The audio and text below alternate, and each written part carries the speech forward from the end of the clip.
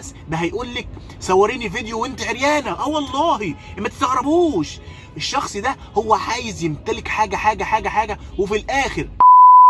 النهارده بقى هتكلم عن شخصيه مستفزه شويه، شخصيه بيضحك على عقول البنات، والشخصيه دي دايما بتتكلم في كلام قبيح، وبمعنى بالكلمه عشان مفيش حد فاهم يعني كلمه القبيح، كلام جنسي. ايه هي الكام حاجه اللي انا هقولهم دول واللي انت تبني عليها حياتك؟ لازم تفهميهم انت، لازم تستوعبي الكلام اللي بقوله عشان الكلام ده ليكي انت، والحاجات اللي هقولها دي لازم تفكري وتقول انا هعمل ايه لو هو قال لي الكلام ده، انا هعمل ايه، هسوي ايه. لازم تفكري وعقلك يشتغل كده على طول. اما انت فاكره ايه الكلام ده؟ لو انت اتمادتي فيه هتزعلي وهتخسري حياتك وحبيبك واي حد هترتبطي بيه. انا هقول لك بقى كام نصيحه من الاخر، وهقول لك كام نصيحه اللي انت ما تعملهمش لو شخص يكلمك وفتح معاكي في مواضيع.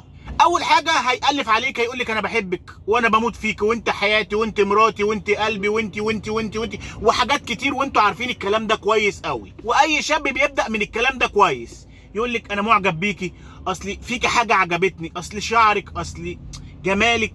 الشخص اللي بيبص على الحاجات دي بلاها منه. ايوه، الشخص اللي ما بيحبنيش كلي بلاها منه. وانت طبعا لما تشوفي الشخص بيقول لي معجب بيا وبيحبني، وانت يا بنت انت خطيبتي وانت مراتي وانت اهلي وانت، طبعا هتتمسكي بيه وهتحسسي نفسك اللي هو خلاص، اللي هو ما في زيه في الدنيا دي كلها، وانت وبلاش من اي حد تاني. صح ولا انا غلطان؟ الكلام الشخصي بقى هو عارف بيقوله ازاي، هو عارف بيطلعه ازاي. الكلام ده ساعات بياكل عقولك، ساعات انت مش حاسه باي حاجه لما تسمعي الكلام ده. الكلام ده بياخدك في سكه تانيه خالص. افهمي الكلام عشان الكلام ده ملوش زي. اي بنت لو سمعت الكام كلمه دول هتدوب، لو ما كانش هتدوب يبقى ما عندهاش احساس، او هي كبيره وفاهمه. واي بنت لو حبيبها او خطيبها قال لها انت وانت اهلي وانت مراتي، يا بنت انا بحبك، يا بنتي انا كده كده هتجوزك، انت مش عايزه تبيني لي ليه يا بنت، انت هتبقي مراتي في ايه، ولا بصي بره، ولا اقول لك لا انت هتعملي لي الحاجه اللي انا عايزها. يا بنتي انا بحبك والله، بحبك والمصحف، بحبك وحياه امك، بحبك وحياه ابويا. حاجات كتير قوي. في نقطه في البنات، لو شخص بيحبها وقال لها الكام كلمه اللي انا قلتهم في الاول دول، ساعات وجايز والله بجد بتكلم جد والله، انا بتكلم جد والله، ساعات هي بتحس بشعور من ناحيته اللي هو وبس اللي في الدنيا، وساعات كمان ممكن تسلم له اعز ما تملك. هتقولي ازاي يا عم احمد؟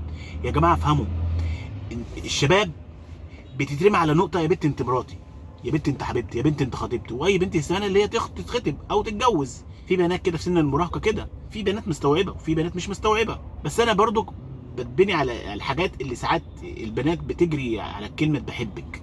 كلمه بحبك دي اللي يقولها بحساب، اللي يقولها ده يكون فاهم معناها، مش يقول لك بحبك عشان يستغلك، عشان ياخد معز ما تملكي وفي الاخر يرميكي.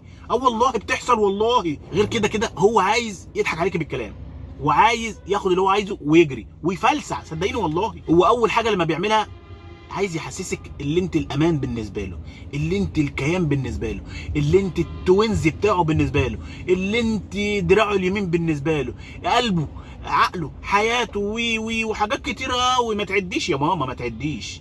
هو الشخص ده بيلعب على المشاعر البنت، على احاسيسها، على هي عايزه ايه بالظبط. واي بنت عايزه اللي الشخص اللي معاها يقول انا بحبك وانا بعشقك وانا بموت فيكي وانت اللي في قلبي وانت اللي في خيالي وانت.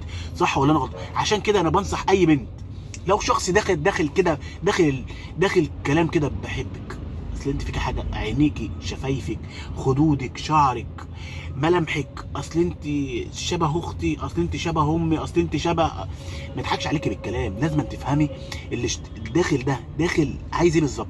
وحتى لو داخل بالكلام الجنس برضك، اي بنت فاهمه وعاقله الكلام ده ما ينفعش اللي انت تقوليه دلوقتي، ما ينفعش اللي هو يفتح مجال ليكي انت.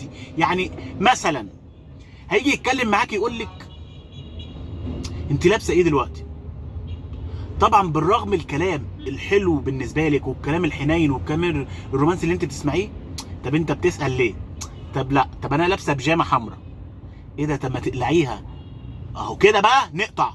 كده نقطع. مفهوم اللي الداخله مفهومه، وانت مش صغيره، انت عقليتك برضك فاهمه الشخصيه اللي معاكي هتضحك عليكي ولا هتغزلك ولا لا. ما هو مش كده وبس، ده هيقول لك صوريني فيديو وانت عريانه. والله ما تستغربوش، الشخص ده هو عايز يمتلك حاجه وفي الاخر يقول لك هو في حد معاكي في البيت؟ طب اقلعي، طب سوي لي، طب بقول لك ايه، اجي. ما هو في نقطه هنا، البنت لو سمعت كلام حنين، لو سمعت كلام رومانسي، ساعات جسمها كله بيسيب وبتعمل حاجات هي مش حاسه اللي هي بتعملها. في بنات بيغلطوا والله العظيم ومن غير ما يحسوا اللي هم عملوا ايه. هتقول لا ده عبط، ده سنها صغير، ده في نقطه وفي كلام سحري للشخص اللي بيكلمك او اي شخص لو قالك بيحبك. وفي اي بنت ممكن تستمنى الكلمه دي، في بنات تستمنى اللي الشخص يقول لها انا هخطبك، انا هتجوزك، انا هما مش عارفين هو الكلمه دي مبنيه على ايه، مبنيه على الصح ولا الغلط. هل الشخص ده بيقول لي الكلمتين دول هل هيستمر معايا ولا هيضحك عليا؟ هي مش فاهمه. هي فاهمه في الاول اللي بيقول لي انا بحبك وانا بعشقك وانا بموت فيكي، خلاص كده خلاص الواد ده هيخش البيت من بابه. بس اتاري يعني الكلام ده مفهوم. لو الشخص بيقول لك الكلمتين دول وهو لسه اساسا ما عملش خطوه، ما روحش لابوكي ولا اتكلم ولا مفهوم الكلام ده غلط ثم غلط. انت كده هو بيعدي الخط الاحمر. اول ما يقول لك بيني لي شعرك، البسي لي حاجه حلوه، طب بيني لي حته من جسمك، طب صوري لي فيديو وانت قاعده بهدوم البيت، طب شويه يقول لك طب ما تقلعي يا بنت انت هتبقي مراتي، انا بحبك والله وانا بعشقك، زي السوشيال ميديا اللي هم بيقولوا عليه، او مثلا الشات، او مثلا لما اجي اتكلم مع حد وفيديو والكلام ده هيقول لك حاجات كتير. اول ما بتبدا انت لابسه ايه؟ طب ما تقعدي براحتك معايا يا بنت، انت هتبقي مراتي، هتبقى حياتي، هتبقى. عشان كده الشخص لو بيبدا في الكلام ده اقطعي. عارفه لما تقطعي والله العظيم هيقول البنت دي محترمه، البنت دي انا مش هسيبها، البنت دي انا هكمل معاها حياتها. هو هيبدا هو في دماغه بيقول الكلمتين دول، بس انت فاكره بقى لما يجي يقول لك انا مش هكلمك تاني وانا زعلان منك وانا اللي هو هيسيبك؟ لا. هو لو هو عايز يسيبك هيسيبك عشان هو عايز الكلام ده، لكن لو داخل البيت من بابه مش هيسيبك، والله ما هيسيبك. هيقول البنت دي محترمه، ادام ما خلتنيش ماشي في الرذيله او ما مشيتش معايا سكه شمال، يبقى البنت دي محترمه. ولو انا داخل الصح هيتجوزك، والله العظيم ما بقول لك كده. هيخش البيت من بابه وهيكلم ابوكي وهيكلم امك، انا عايز اتقدم وكذا كذا كذا كذا، وبنتك محترمه وانا شفتها، مش كلمتها بقى، لا انا شفتها ماشيه وانا كنت عايز اعرف بيتها واهلها عشان ابدا اخش البيت من بابه. لكن لما الشخص مش عايز يخش البيت من بابه، بيتكلم في الكلام ده عشان يقتل الشعور الجنسي اللي عنده، عشان عايز الحاجه دي. هو فيه بالكلام الجنسي وفيه بالعلاقه الجنسيه.